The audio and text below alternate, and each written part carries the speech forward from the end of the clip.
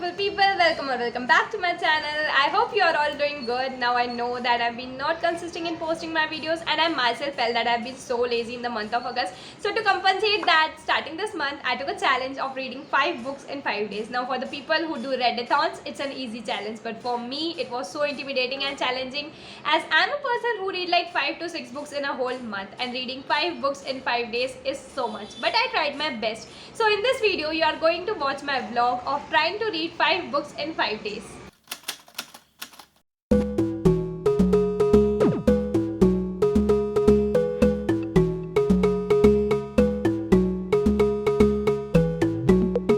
Hi everyone, good morning. So it's the day 1 of the challenge. I am so excited and a bit terrified as I know I'm such a slow reader. So the first book I chose to read is TheKiteRunner by KhaledHosseini. It's around 325 pages. So let's see if I would be able to finish it or not. The story is about Amir and Hassan and their friendship, where Amir is a Pashtun and Hassan is a Hazara. Pashtuns are upper class and Hazara belongs to lower category in Afghanistan. Amir and Hassan were kite runners. Both of their lives changed after running competition in 1975. Amir did some awful and pretty unforgivable things, but by the end of the book, you actually find yourself starting to root from him. So it's the day 2 of the challenge, and the book I was reading yesterday, TheKiteRunner, I finished around 200 pages and 125 pages are more to read, and at times I was feeling so stupid for choosing such a thick book at the first day, but then I got so much invested in this book. I am really enjoying the story, the way KhaledHosseini write about emotions, like his writing deals with trauma, and I got so much attached with all those characters, especially the character of Hassan. He's so brave, courageous and loyal. The way he can do anything for Amir is so heart-touching, and at the same time the incident that happened with him is so heartbreaking, and it feels like life can be so unfair for some people. The book addresses tortures and humiliation faced by the people of Afghanistan in the name of religion. The story has love and friendship, and also guilt and regret, which are the worst kinds of torture. It makes you understand the modern history of Afghanistan and why the Taliban were awful.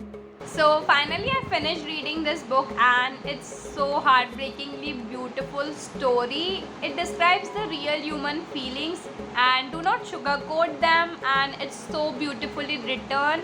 His characters are close to the real life people, like no one is good or bad, they just act according to the situations, and this book is going to stay with me for long. And right now it's around 4 p.m. so right now I'm going to take a break for 2 to 3 hours because I really need to come out from this book first. Then I'm going to read the next book I'm going to read is Siddhartha by Hermann Hesse. Siddhartha deals with the spiritual journey of an Indian boy called Siddhartha during the time of Buddha. Siddhartha, a Brahmin son, leaves his home at a young age and begins his journey of exploring as a shaman. He lives among monks in the forest, learns a lot from them, but cannot find what he is looking for. He experienced life as a pious Brahmin, a shaman, a rich merchant, a lover, an ordinary ferryman to a father. But his experience with his son allows him to love, something which he has not managed to do before. He goes through various lives to finally understand what it means to be enlightened.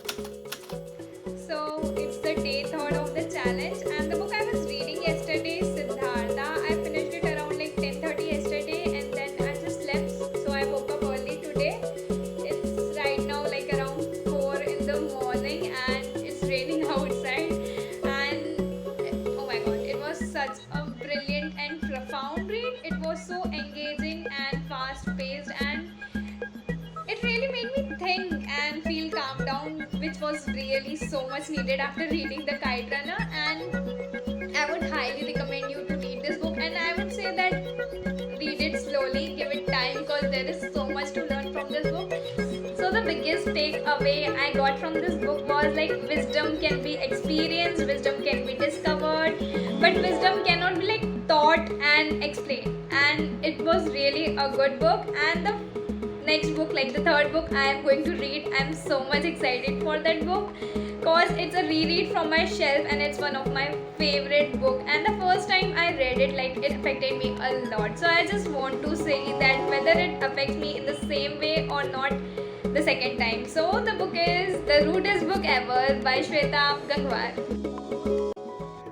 The book is a collection of perspectives. The sole purpose of the book is to make you think. And there's just the reality in this book about ourselves that we know but don't want to accept it. This book is about freeing our mind from all the bullshit we are unknowingly attached ourselves and suffering from.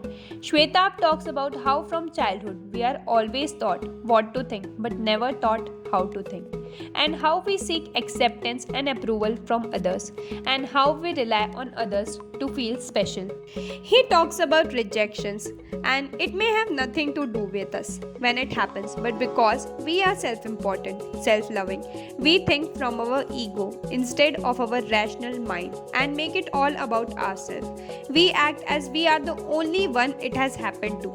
So we need to have a way of looking at rejections that helps us to overcome that.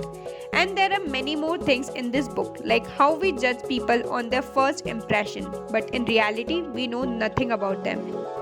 It's 10:30 right now and I've finished reading this book and I am again in love with this book. It's such an amazing book. It's so honest and on point, and the most I like about this book that Shwetabh didn't try to copy anyone. Like, it's a self-help book but it's not like all those typical self-help books, and it's in a simple language yet it's so effective, and this will always going to be my favorite. And I know I will never going to stop praising this book, but if I will not stop it right now, this video will going to be too long. So the next book I am going to read is The Girl on the Train by Paula Hawkins. So let's see if I would like it or not. It's a best-selling thriller and I would start reading it around 12. Right now I will take a break.